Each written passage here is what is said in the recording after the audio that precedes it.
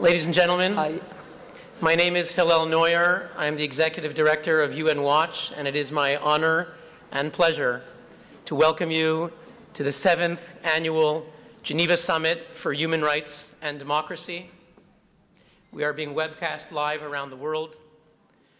I welcome you this morning on behalf of a cross-regional coalition of 20 human rights non-governmental organizations. And before I begin, let me just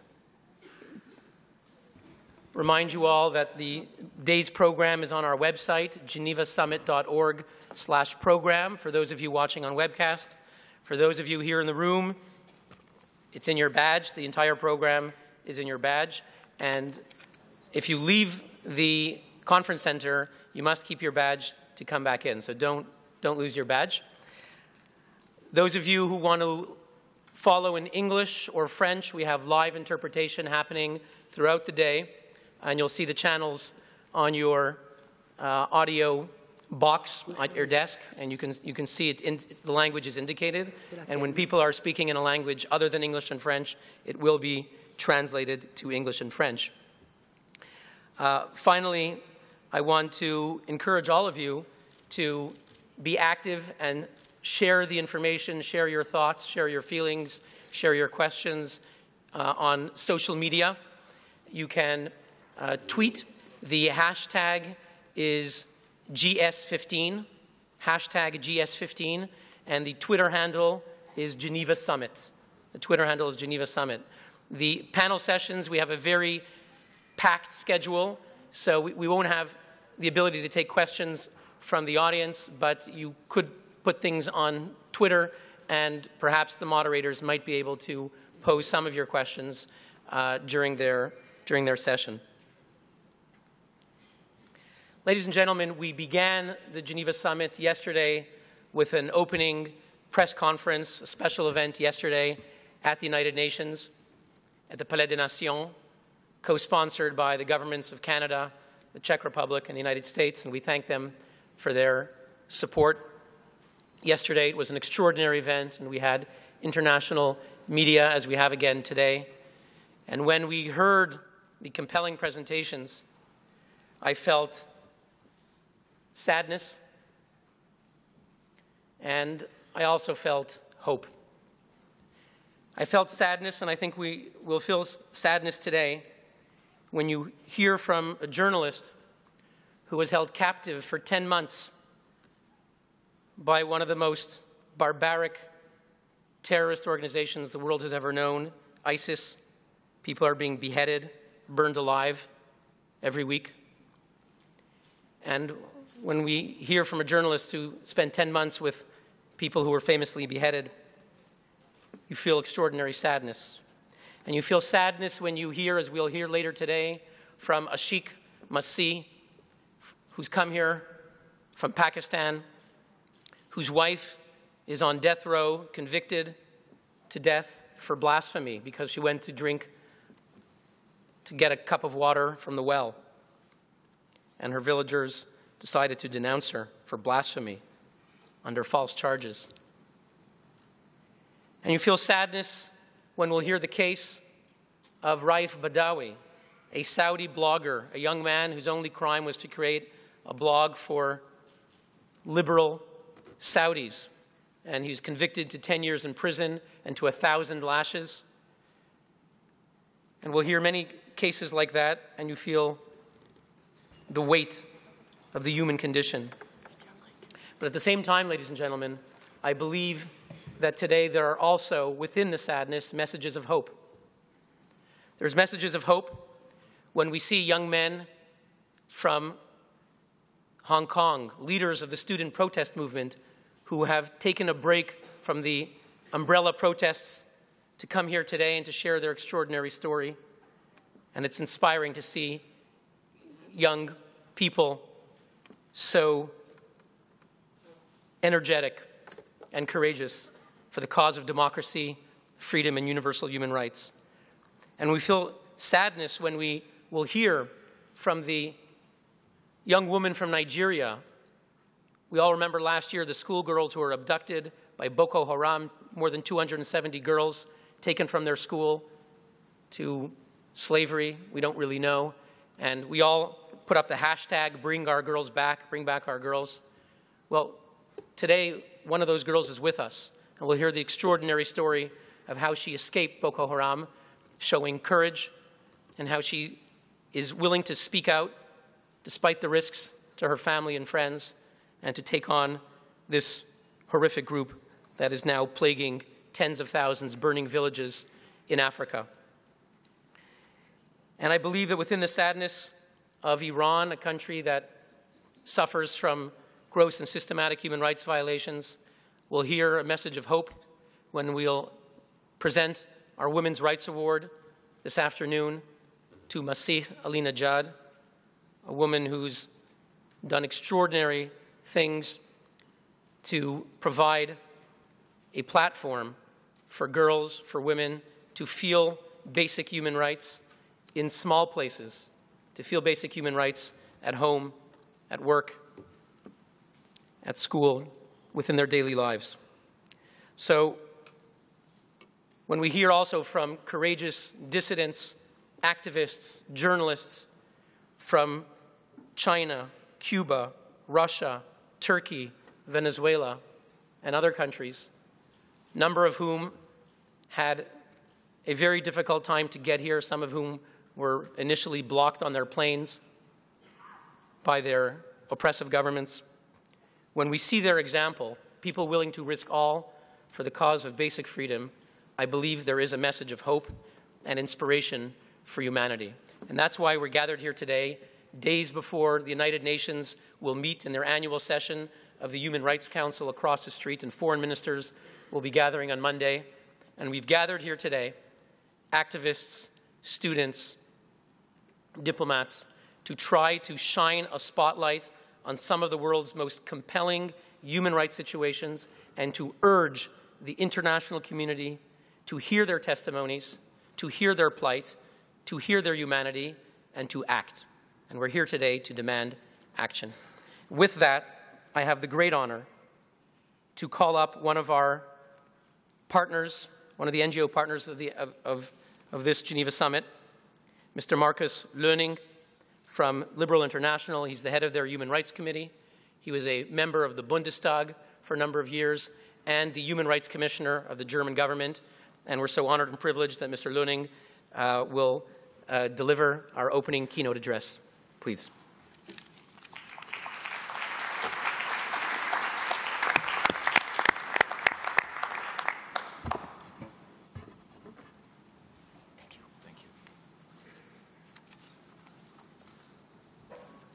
Excellencies, ladies and gentlemen, dear human rights activists, dear friends, it's a great honor to speak here and to be able to make a few remarks at the beginning of this very remarkable event. I would like to start by thanking Hillel, your effort, the effort of UN Watch, the effort of all the other NGOs, to bring together human rights activists from across the world to Geneva on the eve of the day that Human Rights Council is going to start its session and that leaders and representatives of world governments are going to meet in this very place over on the other side in the Palais des Nations. Because I think that is what civil society is about. It is about bringing issues to the table, bringing issues to the public, to the media, and putting pressure on governments and reminding governments of their duty. And they have one duty that is very clear and that a lot of them don't comply with. And that is the duty to protect the human rights of each and every one of their citizens, of every girl, of every boy, of every woman, and of every man. That is the first and most important task of every government in this world, and we're here to remind them of this task. Ladies and gentlemen, let me touch on a few issues. The agenda today is very impressive, and I am impressed by people that came here under difficult circumstances, human rights activists, but also victims of human rights abuse that made their way to Geneva to speak up and to tell their story to the world. And we're going to see and talk about very different issues, different countries, very different topics. I would like to open this meeting with a few remarks on 4 or 5 different issues. If you're a human rights activist, it's sometimes easy to paint the world in black and in white. We're the good ones and they're the bad ones. But I think to be successful, it's very important to look at things more deeply and to recognize that the world is not black and white. The world is a very colorful place, and there's no such thing as the perfect good on one side or the perfect evil on the other side. There are all the shades between. And it is our task to move countries and people and governments more towards the good side. And we don't have solutions to everything. We should also be honest about that. I do not have a solution or a proposal to make how to stop the atrocities that are being committed in Syria or in Iraq. I do not know what the world community can do or how we can move the world community to do more to stop this. What we have seen over the past weeks, months, years now is an international system that has failed. We have seen a UN Security Council that has not done what it should have done. It has not even made humanitarian access to many areas in Syria possible. It has not called on the conflict parties in the way it should to stop them. It has not been able to manage a dialogue to stop or to try to at least bring down this conflict in any way. And we should be aware that this is the case in many other conflicts too. The world is watching Syria. The world is watching Iraq. The world is watching what is happening in Nigeria and in neighboring countries where Boko Haram are committing their atrocities. The world, and that is a call to my own continent, to Europe, is watching what is happening in Ukraine. And we feel helpless in many ways, and we do not know how to stop these atrocities. And we must be aware of this and always say it again and again and think harder, try harder, and work harder to stop what we can do. And there will be different solutions proposed. Some people will propose to bring in the military and stop the atrocities by bringing in the military. That is something that you can discuss. But we have had the experience of Libya, we have had the experience of Iraq, we have had the experience of Afghanistan. And we must ask ourselves, is that the way to go? Is that the way to go in the Syria conflict, to end Syria conflict? It is something that has stopped for a while the conflict in Mali, but is it a way that we can stop the conflicts that are going on? Or is the supply of weaponry the way to go? Do we want to arm one or the other side or certain groups in this conflict to help them protect their lives, defend their families? I do not have an answer to that. And I think that is a question which must be discussed again and again, because these are very, very difficult questions to answer and very, very difficult questions to take responsibility for. But there's one thing that is pretty clear where the world community can definitely do more, and that is the question of refugees. We're seeing millions of people leaving their homes in Syria and in Iraq. We've seen the neighboring country, Lebanon, Jordan, Turkey, giving shelter to these refugees. And I myself have been visiting camps, refugee camps. I have been talking to people that have left their home, that had to flee their homes. I will never forget speaking to a grandmother who was there with her grandchildren and her daughters-in-law. And she was telling about her hometown and the house that she had been living in all of her life, which was only 50 kilometers away. And she had to leave it. And she had to leave her sons there that would want to fight to defend what was their family's home. And she didn't know at that time whether she would ever see her sons again and whether her grandchildren would ever see her fathers again.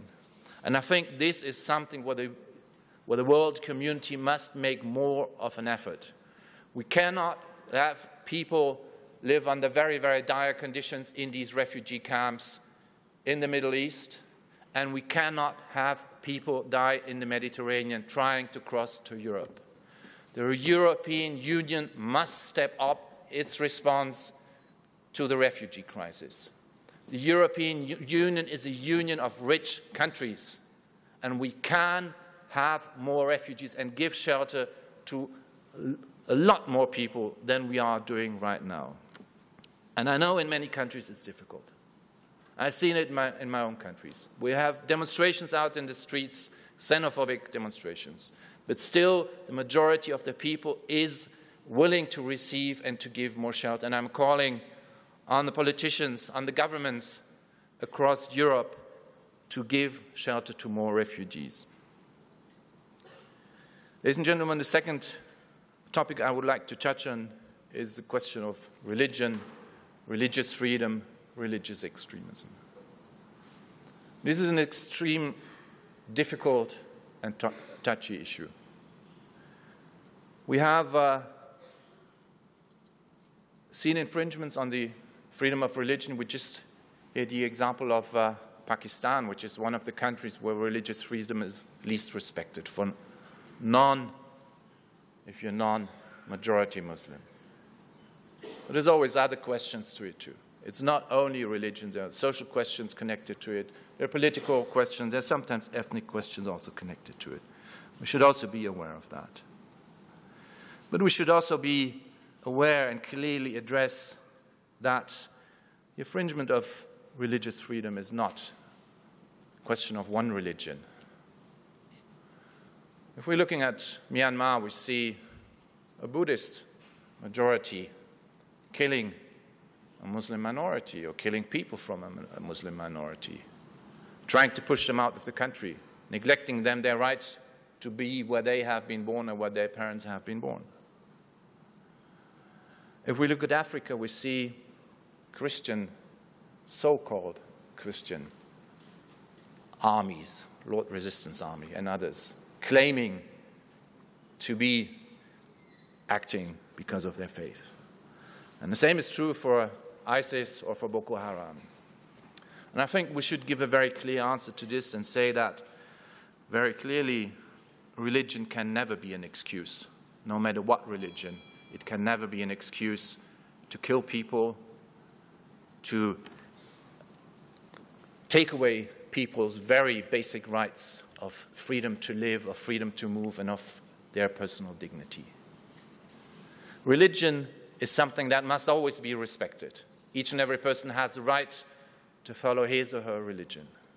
And religious groups have the right to worship in public and to meet, to follow their religious routines. But the question that we have to ask is, how far does that go? Can or are religious groups or religious extremists, however you may call them, how much are they allowed to impose their view of the world on others in the society they are living in? Where do we draw the lines between expressing your view, living your religion, and imposing your way of life and your way of looking at the world onto others? And I believe that this is a very, very important question that societies across the world, be it in Europe, be it in the United States, be it in Africa, in the Arab world or in Asia, have to confront over the next years. this is one of the most difficult questions that human societies will have to answer over the next years to come. And there's one thing beyond violence that we should also make very clear as human rights defenders. We cannot accept hate speech. And the freedom of speech is a basic freedom. But if someone is abusing the freedom of speech to incite to hatred against minorities, be they ethnic, be they sexual minorities, be they whatever kind of minorities, if religious leaders abuse their status of authority and abuse their religion for hate speech and incitement to hatred, we must step up against that. And we must make clear that we fully respect and will defend the freedom of religion, but we will not accept hatred or violence in the name of religion. Ladies and gentlemen, freedom of speech has been under attack across the world. We've all seen the shooting in Copenhagen and what has been happening in Paris. But we are also aware that this is something that is shaking Europe. And we've seen freedom of speech being attacked by groups, by individuals, by terrorists. And we can see how difficult it is for journalists that are under pressure and that, of course, are afraid of being targets, to be courageous and to keep up the courage not on the day after the attack, but also 4 weeks, 4 months, and for years after the attack, when the media are not looking at their work. And the public is taking freedom of speech and the courage of journalists for granted. We will have to stand up for the freedom of speech day in, day out. That is not something that is done or served with because there was a big demonstration in Paris and in many other cities, or because we met in front of the Brandenburg Gate demonstrating for our friends in Paris and in France and telling them, on est tous Charlie, on est avec vous. That is good and it was important, but it is not good enough. We need a day-to-day effort on the freedom of speech. We will need it in Europe, but we will need it as much, at least, in other countries. And if I'm thinking of my friends in China, and I'm not talking about Hong Kong, I'm talking about mainland China. If I see how much they feel under the pressure over the last years, how many of those courageous writers, journalists, poets, people that have been out on the 4th of July, 1989 on Tiananmen Square, fighting for their right to freedom and respect for their human rights. How many of them ended up in jail? How many of them had to leave the country? How many of them are now living in exile, be it in Taiwan, in Hong Kong, in the US, in many other countries, and in Germany, amongst others? And I think that is why it is so important to protect the rights to freedom of speech in Europe, in the American countries, in many other countries, because these are the real issues that we have to address. It is the infringement of freedom of speech by authoritarian regimes. I've been talking about China. I could just as well talk about Iran, about Saudi Arabia, or about Russia. And there's many other countries where this is an issue. Freedom of speech is the mother of freedom. If you can address the issues in the country, if you can freely have a debate about how to improve the situation of your country, if you can point your fingers at those in government that are making these mistakes or that you may want to lead different politics, you need freedom of speech. Freedom of speech is the key to the freedom of the individual and is the key to the protection of human rights across the world. And if we, I'm repeating myself, but I don't want to miss out on that. And if we as Western countries want to be credible on freedom of speech, we must also be credible on the protection of privacy. What we have seen, what has been revealed by Edward Snowden 1.5 years ago about what the NSA is doing, what the GCHQ, the British intelligence are doing. But in the meantime, we found out also German intelligence is doing something similar. And the former president of our constitutional court in Germany has clearly stated in front of Parliament that this is illegal.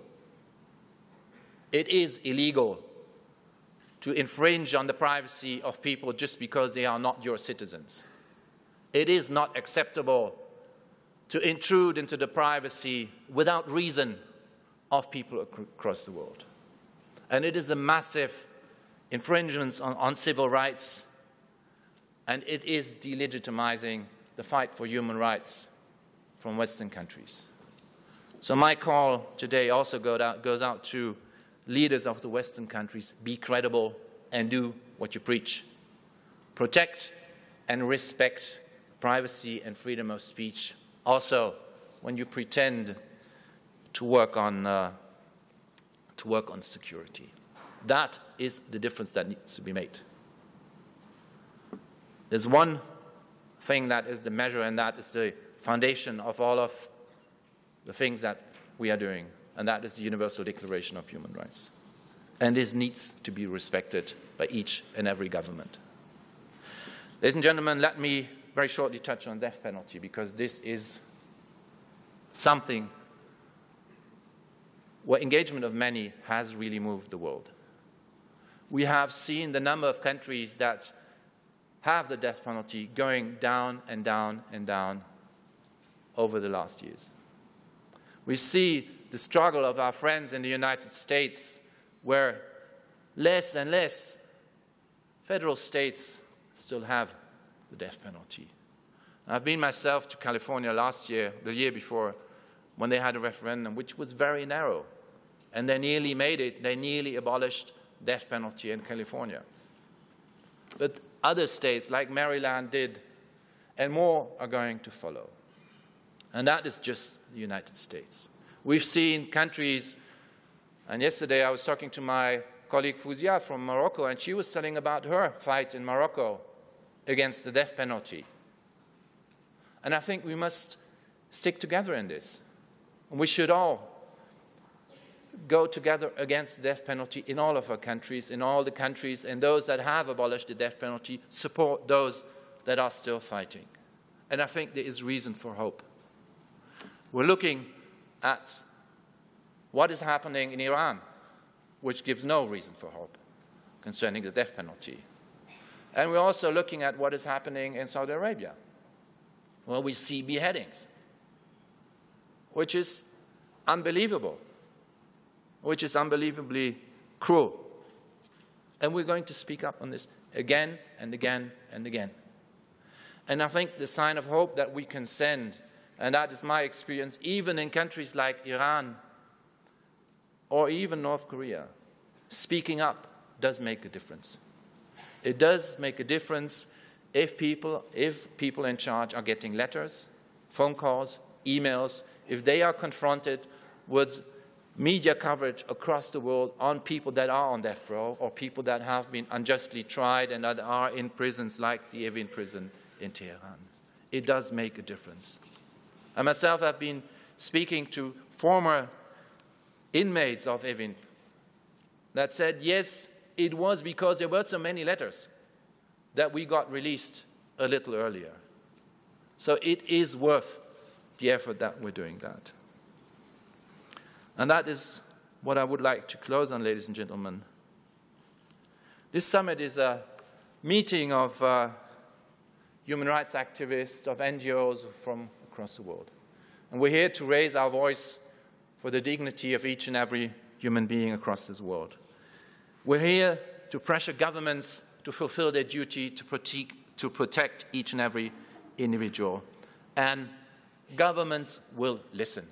Some more, some less, but they will always listen to the voice of the people out in the street. And it is always worth a try, even if we think it will not make a difference. Ladies and gentlemen, I have had, and you will not believe it, I have had the ambassador of North Korea in my office calling me and saying, could you please stop passing these motions and supporting these motions in the United Nations?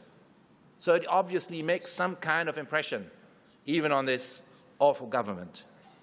So we should never stop doing this, and we should never stop pressing our governments for that. And as we are here, and that goes especially for those that live in free countries, let's stand up for those that cannot stand up for themselves. We have a moral obligation to protect and to stand up for our friends in Iran, in Russia, in China, in many other countries that cannot stand up for themselves. We must give them protection. We must give them all the support we can, because that is all they have in many cases. And we must also always remember, as human rights activists, there will always be differences. I was talking about some difference, how to approach this or that conflict. We will always have debate on issues, whether this is the right way to go or that is the right way to go. But we should also be sure that we will never be divided and always stand united in our common goal. And that is to fulfill the values and the rights of people that are enshrined in the Universal Declaration of Human Rights. The protection of the dignity of each and every one, of each and every individual in this world. Thank you very much.